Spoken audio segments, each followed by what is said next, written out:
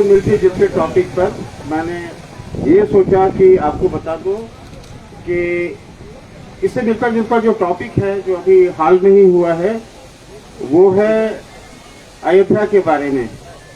अयोध्या में बौद्धों का जो वहाँ पर अधिकार के लिए कि वो बौद्ध स्थल है, इसके लिए हम लोगों में से हमारे साथी विनीत मौर्य जी जो ये बगल में ये खड़े हैं, इन्होंने एक पिटीशन डाला जो कि पिटीशन सुप्रीम कोर्ट में एडमिट हो गया था। 2017 की बात है। विनीत जी नंबर क्या है वो केस नंबर?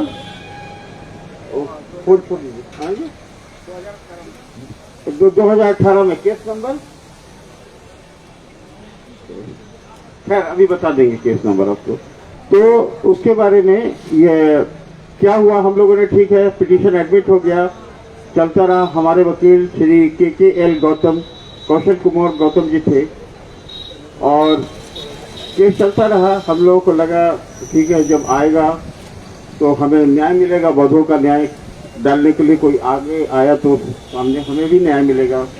फिर वो जो 40 दिन की सुनवाई हुई, बीच में बौद्धों का केस अलग कर दिया गया, डिटैच जिसको बोलते हैं, और हिंदू मुसलमान को 40 दिन सुना गया और उसके बाद में अचानक हिंदू मुसलमान के बारे में फैसला कर दिया गया, हम लोगों को लटकाया रखा।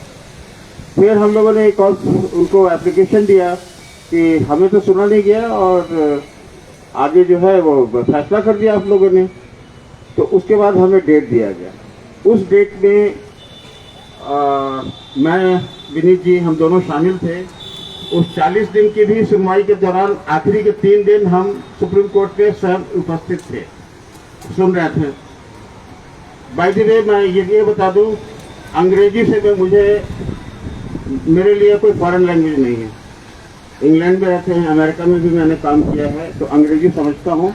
मैं कोई लॉयर नहीं हूँ, प्रोफेशन से मैं इंजीनियर हूँ, लेकिन इंग्लिश एज ए जनरल मैं समझता हूँ। जज लोग क्या बोल रहे हैं, वकील क्या बोल रहे हैं, समझ में आती है। तो ये नहीं कि मेरे लिए कोई ओवर दी हेड ट्रांसलेशन नहीं था इंग्लिश। उसके बाद जब फिर से जब हमारी सुनवाई हुई कि हिंदू मुस्लिम का फैसला आपने कर दिया है और हमें अधर्म लटका दिया, बिना हमारा फैसले के कैसे हिंदू मुस्लिम का फैसला कर सकते हैं। तो एक डेट देके बुलाया गया, उसमें हमारे वकील, मैं, विनीत मौर्य जी जिनके नाम से पिटीशन फाइल, वो सब शामिल हुए। उसमें क्या हुआ, जो चीफ जस्टिस उसने हम लोग को थ्रेटन किया कि तुम इसको वापस लोगे या हम डिसमिस करेंगे, वापस लोगे या डिसमिस करेंगे। तो मैं पीछे बैठा था वकील के 2 रो पीछे।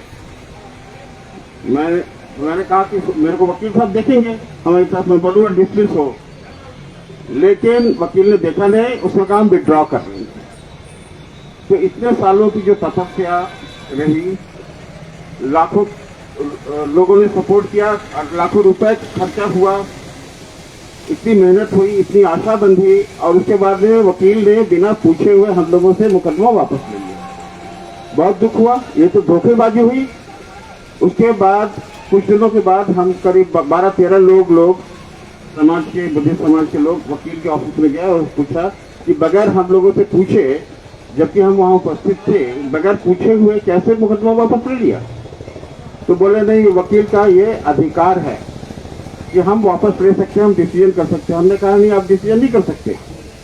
तो बोलता है जब हमने वकालतनामा पे साइन कराया था तब हमें यह अधिकार मिल गया था कि हम मुकदमा वापस ले सकते हैं।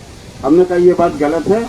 मुवक्किल जो है मुकदमा फाइल करने के लिए, मुकदमा बगल में खड़े हुए,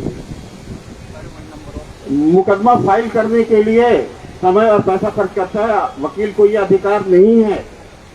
आप मुवक्किल के तरफ से मुकदमा वापस ले सकते हैं पूछने के बाद में, लेकिन आपने ये किया, ये समाज के साथ धोखा है।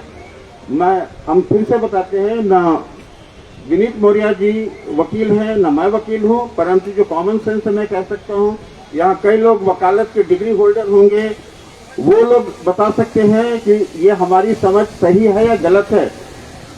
और अगर समझ सही है तो क्या हमारे समाज के साथ ये धोखा नहीं हुआ है? हमारे धर्म के साथ ये धोखा नहीं हुआ है?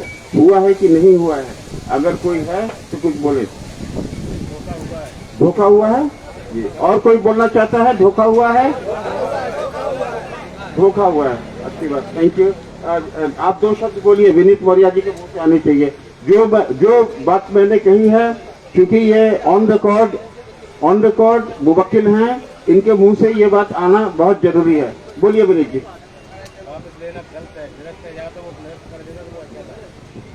सभी भिक्षुगण को बदनामी करते हुए और सारे लोग जो यहाँ पे पूरे देश से आए हुए हैं, विदेश से भी आए हुए हैं, सभी लोगों को नमो बुद्धाय, जय भीम। 2018 में ये मुकदमा उच्चतम न्यायालय में दाखिल हुआ, सुप्रीम कोर्ट में दाखिल हुआ और ये साक्ष्यों के ऊपर था।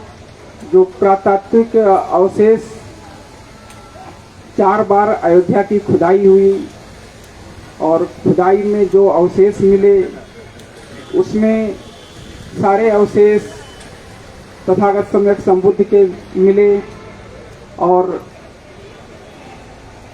पुरातत्वविदों ने बताया कि ये सारे अवशेष बुद्ध के हैं, अशोककालीन हैं। लेकिन सुनवाई के दौरान जो कुछ भी हुआ वो सब चलता रहा। अंत में फरवरी 23 में एक डेट मिली और डेट पे रुकना पड़ेगा सर।